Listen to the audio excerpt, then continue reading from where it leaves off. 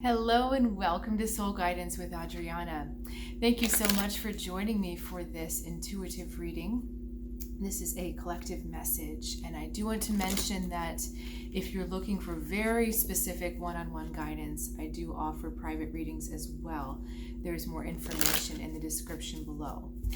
Okay, let's get started with where we're going. If you're watching this in real time, this is a very important moment. We're right before the Aries full moon. So what was started at the new moon, which would have been in Libra during the Mercury retrograde, finally comes out into the Aries full moon. So any relationship, I'll say challenges or issues, you can see the results of your work during this time over the weekend. So, okay, just wanted to throw that out there. Let's see where we're going here.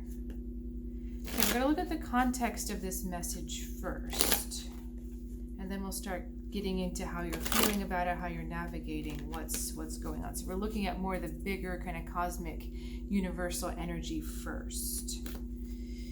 Okay, Elder of Earth, the Star, Five of Fire, and Page of Water.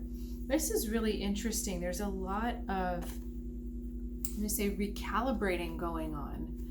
A lot of healing, a lot of, I'm going to go with that recalibrating word for a little bit. It's as if, I've got too many words in my head right now. Recalibration is making sure that you're not off on your target, right? Recalibration is assessing and refocusing and making sure that your aim is in fact true. And this has been happening in the context of a seemingly painful at times growth journey, healing journey, a lot of healing energy here. A lot of changes to your physical life, to your physical environment and physical way of going through things. But it's all under this auspice of recalibration, making sure that you are absolutely focused on your big desire. So what I feel has happened is that in this time, there has been a big desire that's maybe been running in the background as you've been trying to deal with all of these challenges and distractions and maybe smaller issues that are big issues to themselves, unto themselves, but maybe have been distracting you from that issue back here.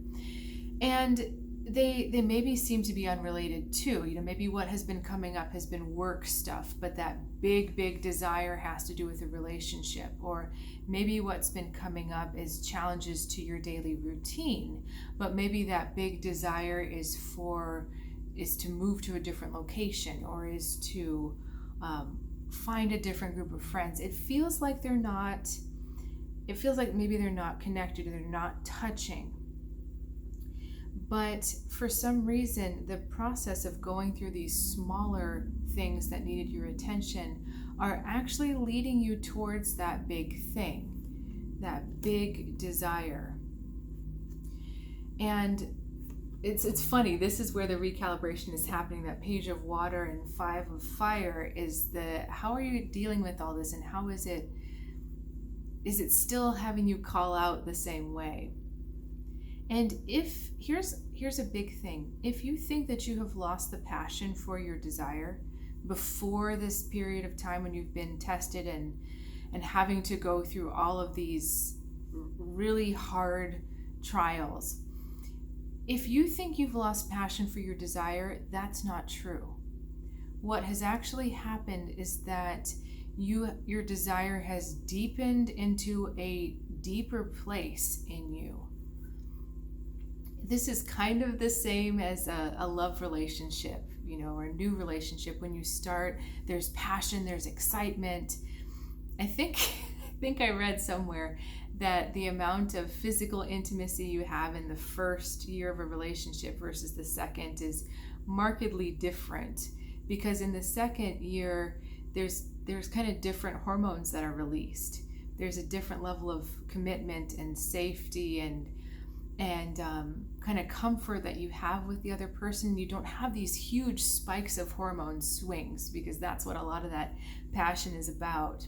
So it's that idea that sometimes when the passion, the surface passion, goes away, it feels like maybe I've lost my passion altogether. Maybe this passion doesn't exist, because it's not that hot, burning, fast, impulsive, spontaneous fire. But what about the slow burn? What about the fact that the embers have heat as well? What about the fact that sometimes it's that deeper sense that gives you the sustaining energy that you need to actually fulfill your passion? I have a lot of cardinal energy in my chart, and also a lot of fixed energy. It may be the same, or it may be a little different for you, but I feel compelled to share this with me. The beginnings are always easy. The beginning of a new job, the beginning of a new pet, the beginning of a new relationship is always easy, because it's exciting, it's new, it's fresh, it's different.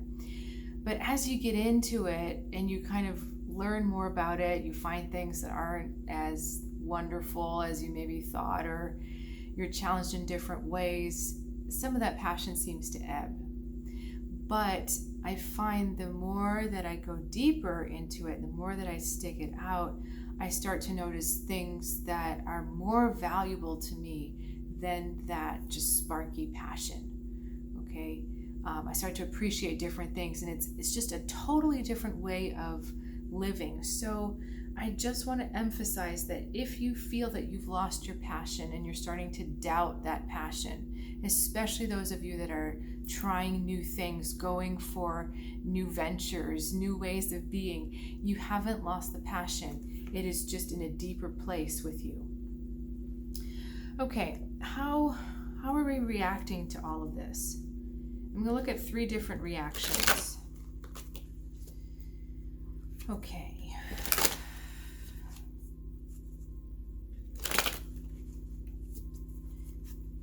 All right, we've got 2 of fire, the High Priestess, another 2, and the 7 of air. Okay, we're looking at 3 different people, 3 different reactions to this. So the 2 of fire says that you've been aware of the process that's been going on, perhaps not all the subtleties of the process, but you've been aware of the process, and you're feeling like it's time to really step out there. You're feeling like this is your time to step out and move this forward. Okay, now, where do we go with this next? Okay, I'm going to put that thought down for a second and just look at everyone else, and then we'll kind of tie this all back together. We've got the High Priestess also looking at for how you're reacting to this, which is that you feel like you just don't have all the answers. You feel as if you know some, you know not others. You maybe have the feeling of the big truth or the big knowing, but you don't know the smaller details. And it's interesting because those of you that feel it's the right time to act, you feel as though you have enough. Whereas the ones who feel like you don't have enough, there's not the pull to act. There's the opposite. It's the pull to wait.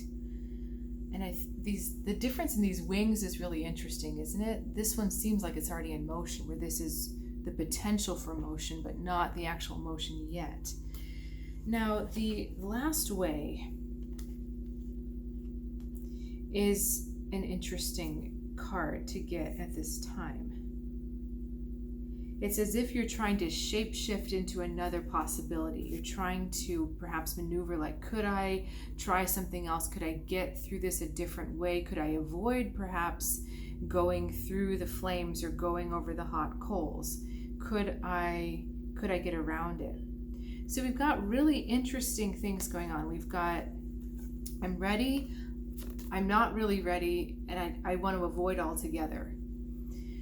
So I'm going to ask for the overall message from there.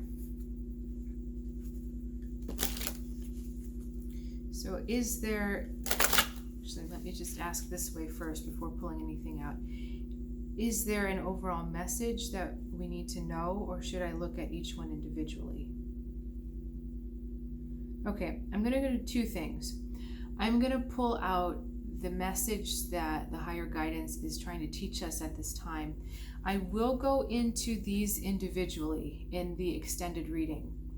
I think there's a little too much to go into there to hit it here, but let's go into what the overall message is. What is the lesson? Okay, here comes our card, the Two of Earth. This is a lovely message.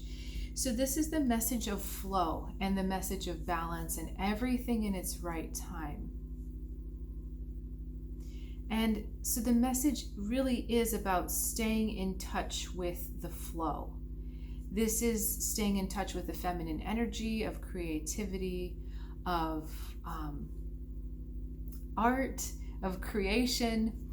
And it's also allowing yourself to shift between different facets of your life with a lot more ease and a lot more joy. It's less about this compartment and this compartment and this compartment, and more about the flow, going from this to this to this, and seeing how all of them kind of work together. There's something else in this card, because it's funny. We had the double 2 here, and then we've got another 2 here. So what's the other message here? Make sure that you maintain your connection to the earth, your grounding. Make sure that you stay in your body. Because really the key to understanding this recalibration, to understanding where you are with all of this, the key to that is absolutely staying in your body and staying aware of what your body is telling you. Not running off into your mind, not running off into your hopes, not running off into the way things should be, but the way things are in your body in this moment. Okay, I am going to continue to draw clarifications and guidance for each of these 3 possibilities. So if you would like to follow me over there, the link is in the description below. I'm also going to continue to draw additional messages about what this time is about, so that it becomes a really full, well-rounded reading for you. So I'll look forward to seeing you over there if that resonates with you. If not, I'll look forward to seeing you on another video very soon. Have a good one.